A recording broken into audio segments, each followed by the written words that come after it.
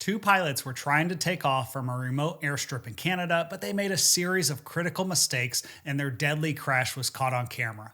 When I first learned about this mishap, I made a YouTube short about it, but today I'm going to share with you the entire story and all the mistakes that were made. I'm Hoover and welcome to your pilot debrief, and thanks to Rocket Money for sponsoring today's video, but more about them later.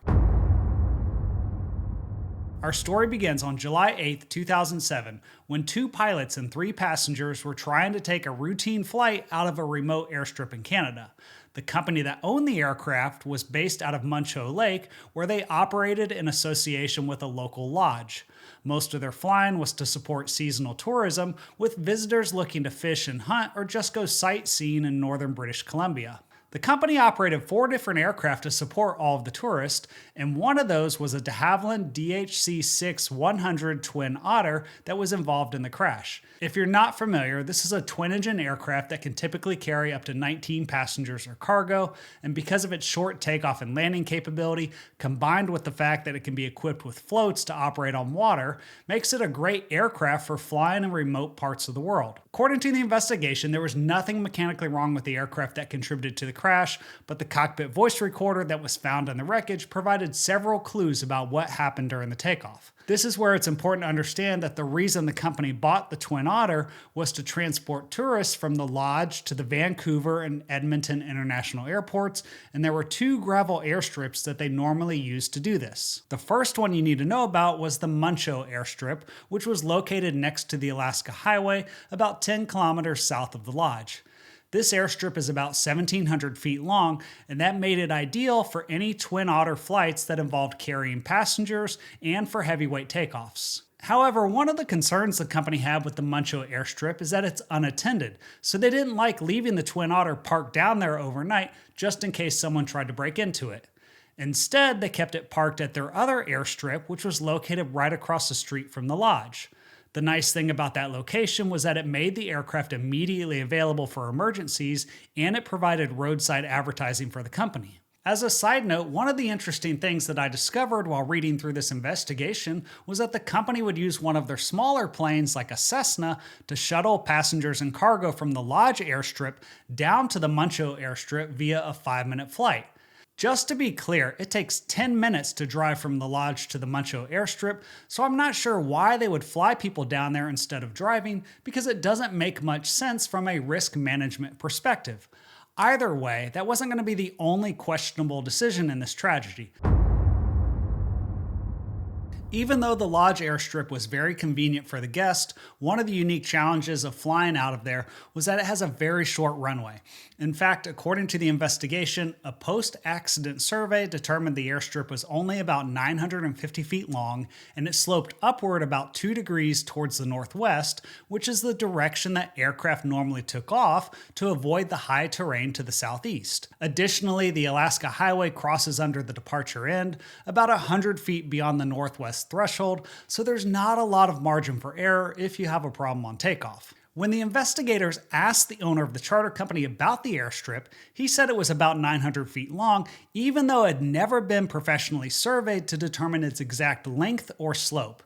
Now, I'm sure he was trying to be conservative, but the problem was that if you look closely, there wasn't any way to tell where the southeast threshold of the runway was, because it was unmarked, and also the first 100 feet of surface beyond the threshold was covered with grass and short brush. So if you don't know where the runway starts, how do you know how long it is? To make matters worse, the charter company was responsible for maintaining the airstrip, so it was their job to keep the grass cut and ensure that everything was marked appropriately. Additionally, there weren't any windsocks located on the airstrip to help the pilots figure out the wind direction and speed. Instead, pilots had to rely on the flags flying in front of the lodge across the street. Despite all of these issues, one of the biggest threats that the pilots need to be aware of was the fact that there was a recently decommissioned telephone cable hanging from a pole about 25 feet above the ground on the opposite side of the highway from the airstrip. That might not seem like a big deal because we're talking about past the end of the runway and across the highway, But the problem is when you factor in the slope of the terrain, the truth is that the cable was 47 feet higher than the elevation at the opposite end of the airstrip where the pilots were going to start their takeoff from. The reason this is so important is because when it comes to takeoff performance, one of the standard calculations involves determining the takeoff distance required to clear a 50-foot obstacle at the departure end of the runway. But now that you understand some of the risks associated with the airstrip at the lodge, we need to talk about the pilots and what happened on the day of the flight. Before we talk about what happened next, I want to thank Rocket Money for sponsoring today's video. When I started using Rocket Money, I couldn't believe how many subscriptions I was paying for without even realizing it. Some of the charges were for things that I don't even use anymore, and I thought I'd already canceled them. Thankfully, Rocket Money makes it easy to track and cancel unwanted subscriptions with a couple of taps, so you can stop wasting money. If you're not familiar with them, Rocket Money is an all-in-one personal finance app that helps you cancel subscriptions, lower bills, and manage your money better. Once you connect your bank account, Rocket Money identifies all of your subscriptions in a single list. From there, you can select the ones you don't want anymore, and Rocket Money may be able to help you cancel with just a few taps. The other thing I like is Rocket Money will automatically scan your bills to find savings. With just a couple of taps, Rocket Money can help negotiate your bills for you, from internet service to cable and phone bills.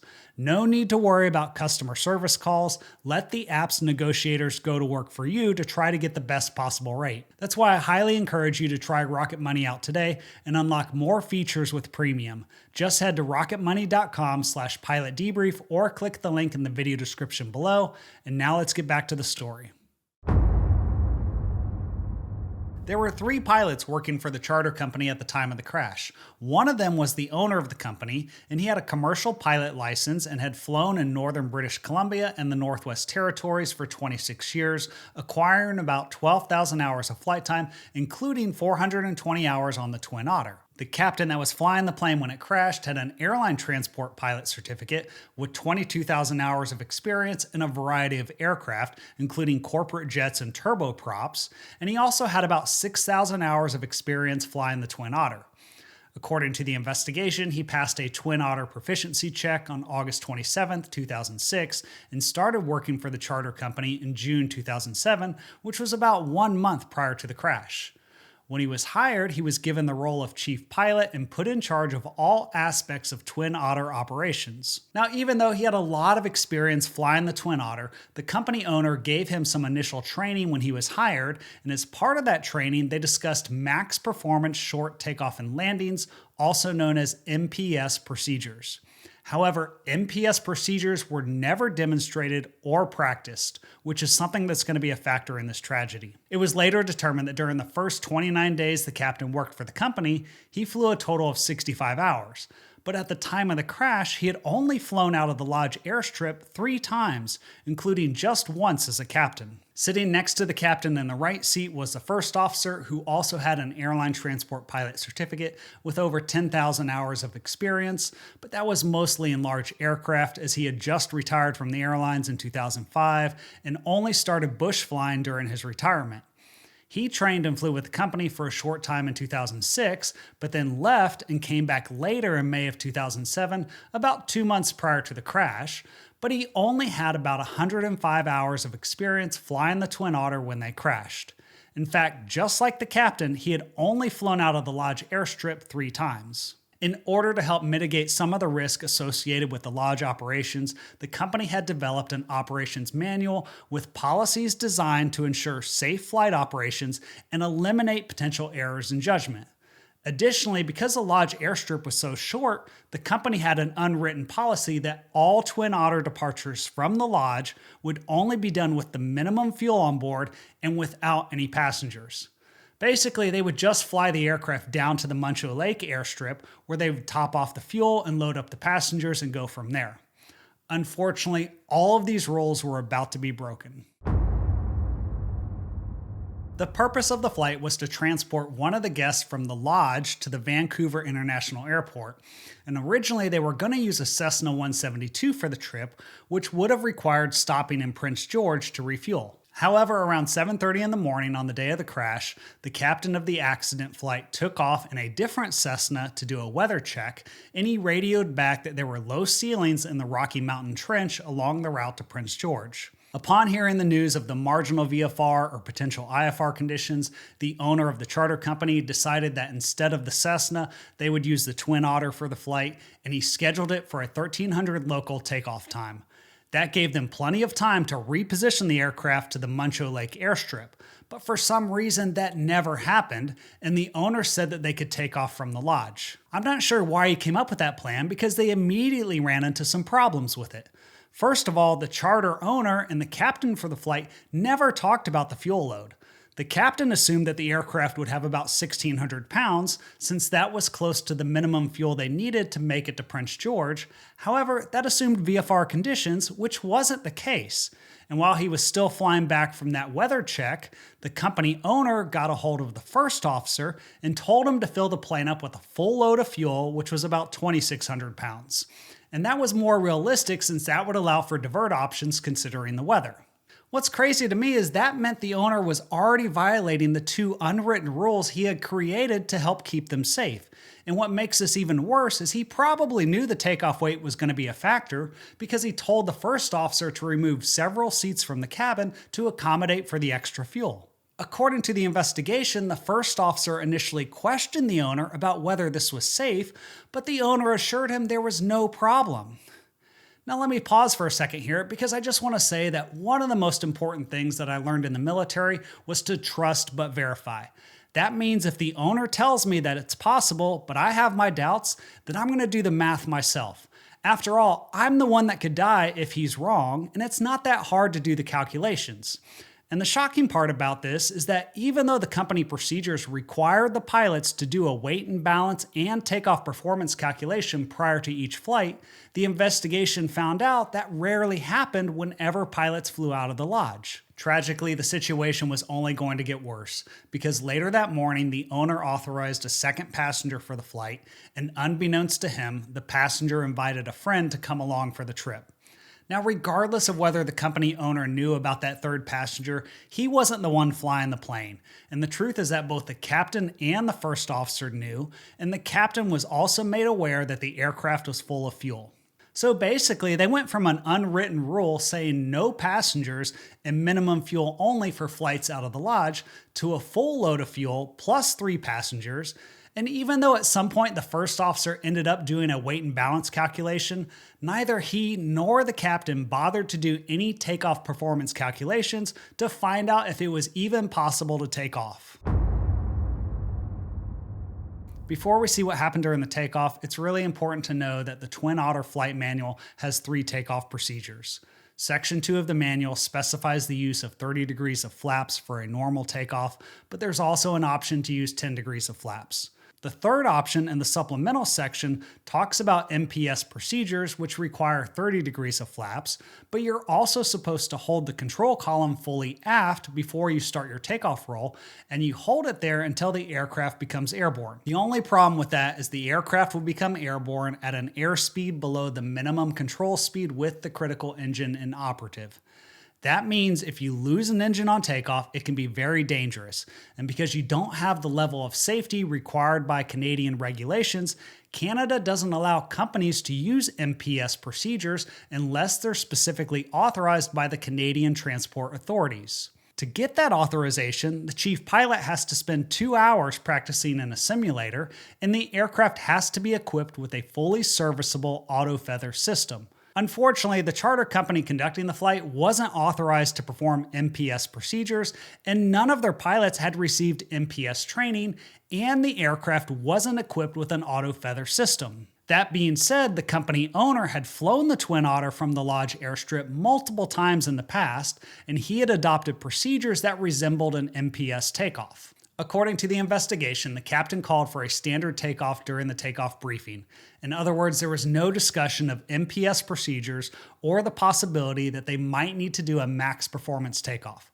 Instead, he told the first officer that they would reject the takeoff and stop straight ahead on the runway if they had any problems before becoming airborne. The only problem with that was he didn't talk about what criteria they would use to determine whether or not to reject the takeoff. The reason this is important is because on a short runway like this, if you wait too long to abort the takeoff, then you might not have enough runway left to stop. Okay, now let's watch what happened during the takeoff, and I'm going to pause to explain a few things, but then we'll watch it in real time so you can see how fast all of this happens and the deadly consequences of the mistakes that were made. The first problem is right here when they're lining up for takeoff because the runway threshold wasn't clearly marked, so the captain didn't know where the beginning of the runway was, and that meant he left about 86 feet of usable runway behind him when he initiated his takeoff roll. And that might not seem like a big deal, but they were going to need every available foot of this runway if they wanted any sort of chance of getting airborne, especially because it's got that 2-degree uphill slope. And what's going to make it worse is they took off with a 2-knot tailwind, but the pilots had no idea about that because, again, there's no windsocks on the airfield. Now what happens next is the captain is going to select 30 degrees of flaps, and then he's going to advance the engines to 20 psi before releasing the brakes, and he's going to brief for the first officer to trim the engines to 42 psi after brake release. Now typically for an MPS takeoff, you'd achieve full takeoff power, then you release the brakes, and you'd keep that control column full aft on the entire takeoff roll until the aircraft becomes airborne. That doesn't happen though. Instead, what happens is the captain is going to release the brakes before they achieve full takeoff power. And when that happens, the first officer is going to trim the engines to 42 psi. And he almost immediately notices that one of the engines is only at 40 psi. So he tells the captain, but they never made the decision to reject the takeoff. Instead, they're going to keep rolling down the runway here. And right about this point, as they're going about halfway down the runway, the captain finally applies full aft pressure on the control column to try to become airborne. And they're eventually going to get airborne about 700 feet down the runway, but at that point it's too late. And right here is when the captain realizes he's still got that telephone pole and cable directly in front of him, and he's going to try to turn to the right to fly down the Alaskan highway and avoid it. But it's not going to work out. The right wingtip is going to clip the ground right there, and then he's going to end up hitting that telephone pole and cable and crashing off the end of the runway. All right, now let's watch it again in real time so you can see how fast all of this happens and how dangerous this was. And then I'm going to share with you the worst part of this entire story.